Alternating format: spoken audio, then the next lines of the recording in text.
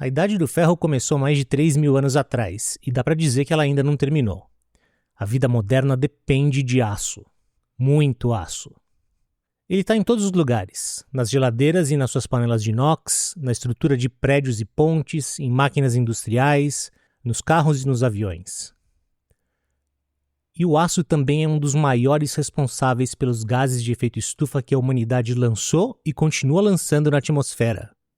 Mais ou menos 8% de todas as emissões de carbono globais vêm da siderurgia.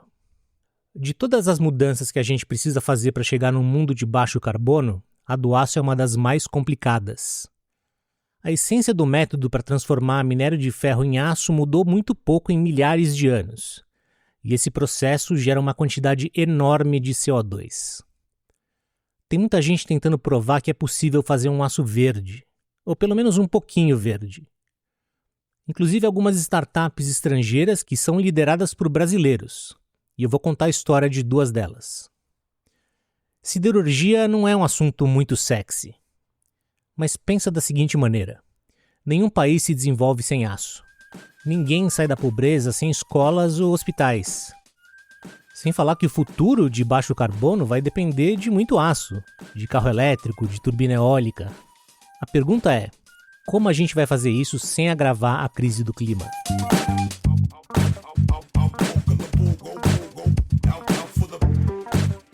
Meu nome é Sérgio Teixeira Júnior e esse é o Carbono Zero, podcast do Reset que explica na prática por que a gente precisa encontrar novas maneiras de produzir e de consumir para evitar o pior da crise climática. A cada 15 dias a gente traz histórias da construção de uma economia diferente, de baixo carbono que respeita o planeta e as pessoas. Nem tudo é feito de aço, mas quase tudo é feito em máquinas feitas de aço. Eu li essa frase num livro chamado Material World, ou Mundo Material, numa tradução livre. Ele fala dos materiais básicos que sustentam a nossa vida de hoje. Um deles é o ferro, que é o principal componente do aço. Aço é uma daquelas coisas que a gente dá de barato. E muitas vezes ele é invisível. Ninguém olha para uma ponte e pensa, quanto será que tem de aço ali? Tem muito aço naquela ponte. Só no ano passado, foram produzidos 250 quilos de aço para cada habitante do planeta. Nesse século, o grande consumidor foi a China. A economia daquele país está desacelerando, mas tem um outro gigante com um apetite enorme, a Índia. Por quê? Porque a economia indiana está crescendo muito rápido.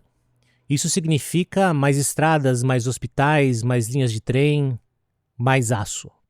O Ed Conway, que é o autor do livro Material World, argumenta que dividir todo o aço usado em um país pela população é um bom indicador do desenvolvimento econômico. Num país rico, esse número fica entre 10 e 15 toneladas por habitante. No outro extremo dos países mais pobres do mundo, como Mali, na África, são 100 quilos por habitante. Quando a gente fala de descarbonização, na verdade a gente está falando de um desenvolvimento diferente.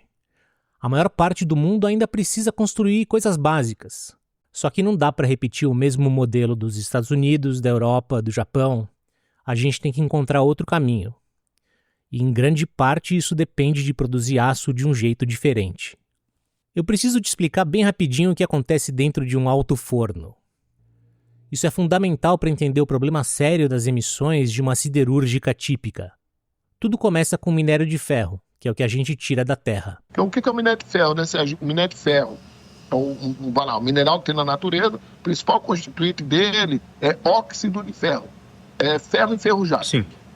Esse ferro enferrujado você coloca no alto forno, você tira o oxigênio dele, você desenferruja, e aí no final você tem o gusa líquido. E você faz isso com carvão, coque, gera um monte de CO2. Esse é o José Noldin. Ele é um veterano da indústria siderúrgica brasileira, e em várias conversas ele me ensinou, com muita paciência e gentileza, o pouco que eu sei e vou te contar sobre produção de aço. Hoje em dia o Noldin é CEO da Gravity, uma startup francesa que está tentando transformar a produção de aço. A gente vai falar mais da empresa dele, mas primeiro vamos seguir com essa aulinha. A maior parte das emissões da siderurgia acontece no alto forno, nesse processo de desenferrujar o minério de ferro. É o que tecnicamente se chama de redução do minério. O combustível desse forno é o coque, que é um carvão mineral de origem fóssil. Ele é responsável por levar o alto forno a temperaturas altíssimas, de mais de 1.500 graus Celsius, e também por roubar o oxigênio do minério de ferro. Essa reação gera CO2, dióxido de carbono. Na média, cada tonelada de aço produzida hoje lança quase 2 toneladas de CO2 na atmosfera. Se a siderurgia global fosse um país, ela estaria entre os 4 maiores emissores do mundo. Para descarbonizar o aço, o primeiro passo é encontrar outro jeito de reduzir o minério de ferro. Tem algumas maneiras diferentes de fazer isso. A mais promissora é usando hidrogênio verde. Em vez de CO2, esse processo gera vapor de água. Bom, na teoria a solução já está aí. Na prática, como sempre, uma das questões fundamentais é o dinheiro. As estimativas falam em investimentos que vão de 1,5 trilhão a 3 trilhões de dólares para a gente chegar numa siderurgia net zero em 2050. Começa pela transformação das usinas. Você teria que colocar tudo abaixo e começar uma planta nova do zero. Só que os altos fornos são construídos para durar décadas e as empresas vão fazendo reformas que estendem a vida útil deles. Foi isso que me explicou o Noldin. Quando a gente chega em fim da vida útil, não é que a gente abandona o alto forno. A gente faz o que a gente chama de revamp. Né? Você faz uma modernização completa e 90 a 120 dias de intervenção.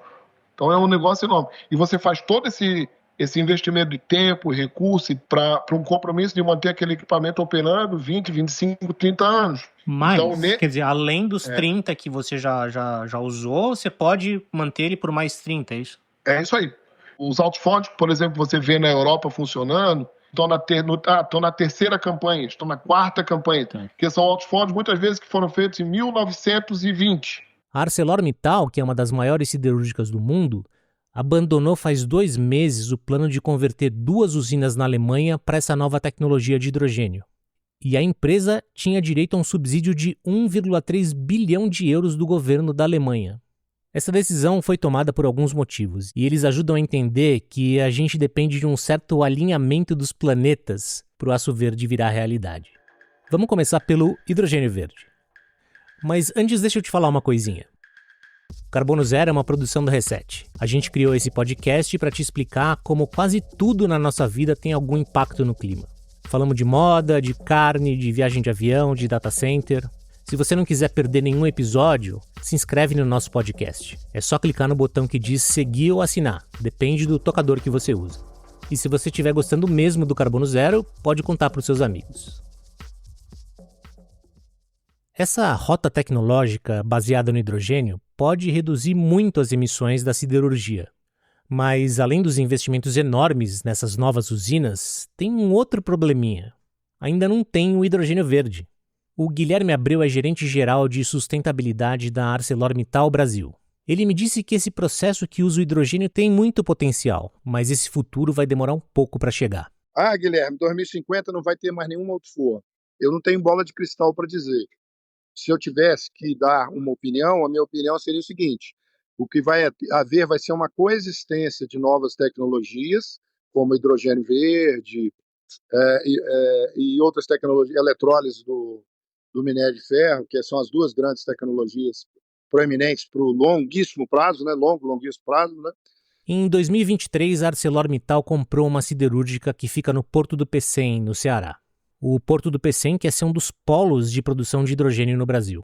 O Guilherme me disse que, por enquanto, a empresa não tem nenhum plano específico para usar o hidrogênio por lá. Mesmo com essas ressalvas, ele acredita que essa transformação tecnológica da siderurgia pode ser uma oportunidade enorme para o Brasil, porque para fazer hidrogênio verde, a matéria-prima mais importante é eletricidade limpa. E a gente já tem bastante disso por aqui e pode produzir muito mais no futuro. Pecém é um dos expoentes no Brasil para começar qualquer tipo de transição dessa natureza. Não quer dizer que esteja lá, porque você pode produzir hidrogênio em qualquer lugar do Brasil. Né? Da questão da energia elétrica, que a gente vai ter energia elétrica competitiva, não tem como o Brasil não ser um polo de desenvolvimento e produção de hidrogênio verde no planeta.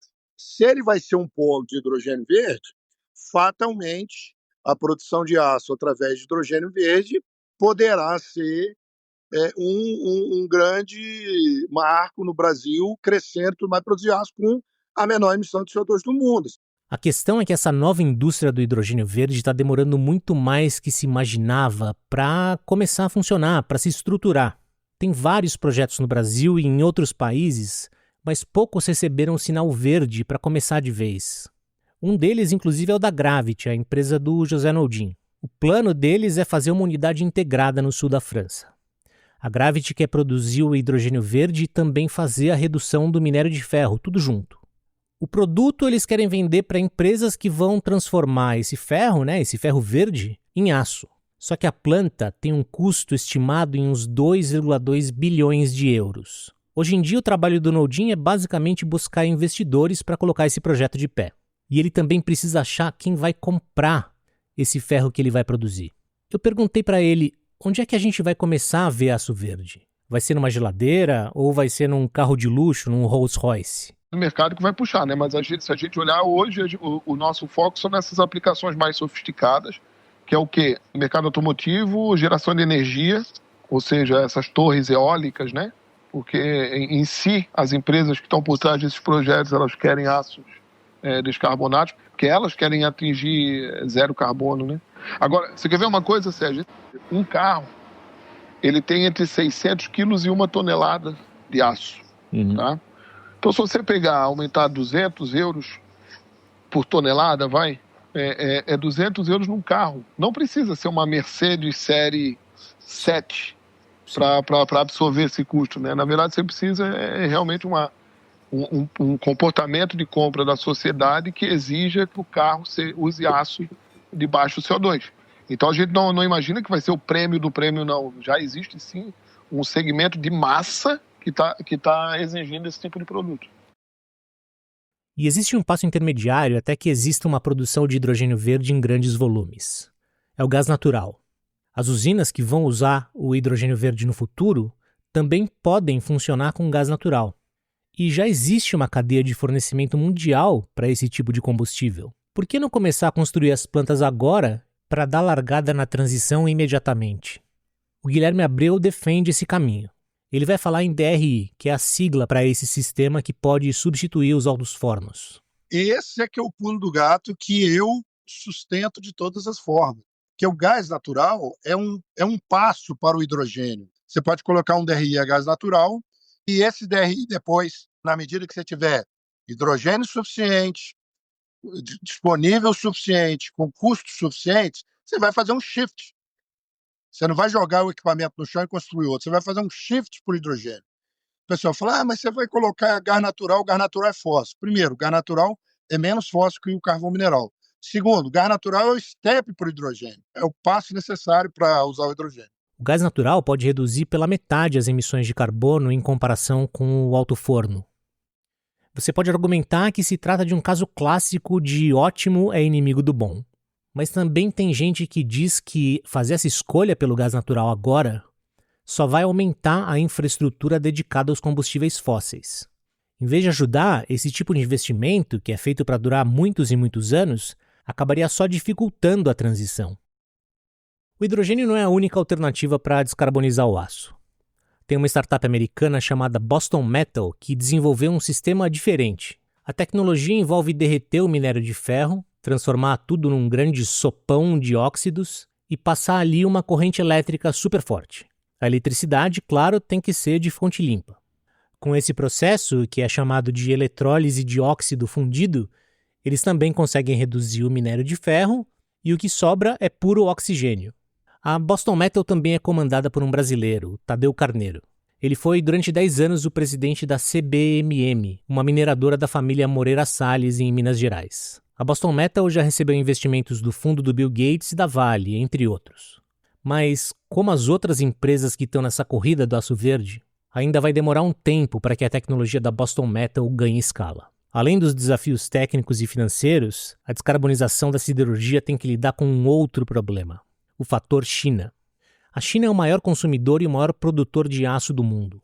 Só que a economia chinesa está desacelerando. Eles não estão mais construindo tantas casas, não estão mais fazendo tantas obras de infraestrutura. O resultado disso é que está sobrando aço por lá. E esse aço está sendo vendido para o resto do mundo. E isso tem reflexos também aqui no Brasil. Eu diria que a questão da oferta de aço chinês, né, no Brasil hoje desincentiva várias questões. Essa é a Senira Nunes. Ela é gerente-geral de meio ambiente da Gerdau. Hoje o aço que vem da China ele tem uma intensidade de emissão maior. A gente não tem como competir muitas vezes com esse custo do aço, que tem várias questões aqui que chega no Brasil a um valor muito inferior, desincentiva inclusive alguns investimentos no próprio Brasil. A disponibilidade de aço chinês nos faz muitas vezes repensar quais são as nossas estratégias como empresa no país e, obviamente, do ponto de vista de descarbonização. E a Senira toca em outro ponto. A China também quer descarbonizar sua produção de aço. E uma das maneiras de fazer isso é importando sucata, porque o aço produzido pela reciclagem emite muito menos carbono que o aço virgem feito num alto forno. Acho que a pergunta a que mais me assusta não é essa. A que mais me assusta é a China trazendo uma visão de que quer usar mais sucata em seus processos produtivos. E aí a gente tem um receio, né, globalmente, de que a China, como um grande captador de sucata, faça com que esse mercado se torne cada vez mais difícil de ser acessado. Como é que a gente faz para garantir que a nossa compra de sucata brasileira continua gerando aí uma cadeia saudável, né, e que mantenha essa sucata no país para que a gente possa produzir um aço descarbonizado com menor intensidade de emissão, que a gente não perca essa sucata para a China, por exemplo. A Gerdau é a maior recicladora de aço da América Latina. 70% do aço que ela produz vem da sucata e 30% do minério de ferro. No mundo, a proporção é inversa. O aço pode ser reciclado infinitamente sem perder suas propriedades de resistência e durabilidade. É o produto perfeito para a economia circular. Não dá para suprir toda a demanda do mundo só com material reciclado, mas isso também vai ajudar a reduzir a pegada climática desse material. Só que os níveis de reciclagem variam muito de país para país. No Brasil, a taxa caiu de 26% em 2022 para 24% em 2023. A gente está falando de um problema complicado, que envolve desde questões tributárias até um impacto social na ponta. A gente está falando de catadores de lata. No jargão do mundo do clima, existem alguns setores que eles chamam de hard to abate, ou de difícil descarbonização. Deu para perceber que a siderurgia é um deles, talvez o mais difícil. E o mundo vai continuar precisando de muito aço. Se a gente quiser ter alguma esperança de chegar no net zero em 2050, todas essas soluções vão ter que funcionar.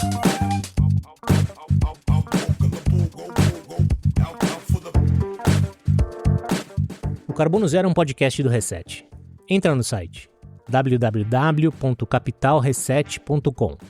Reset é R-E-S-E-T. Se inscreve para ser avisado em primeira mão das melhores e mais completas informações sobre negócios e finanças sustentáveis. A produção e o roteiro foram feitos por mim, Sérgio Teixeira Júnior. A edição é do Rafael Lana. A trilha sonora é do Curumim. E a arte é do Rogério Testa. E essa é a equipe do Reset. A publisher é a Vanessa Dash. Eu, Sérgio Teixeira Júnior, sou editor. A Thaís Fôlego é a editora assistente. O Eduardo Laviano e a Clarissa Freiberger são os repórteres. A editora de conteúdos de marca é a Ana Paula Alfano. E a líder de marketing e experiência do cliente é a Letícia Frazão. Se você tiver algum comentário, sugestão ou só quiser mandar um alô, a gente tem um e-mail: oi@capitalreset.com. Obrigado pela audiência e a gente se vê no próximo episódio.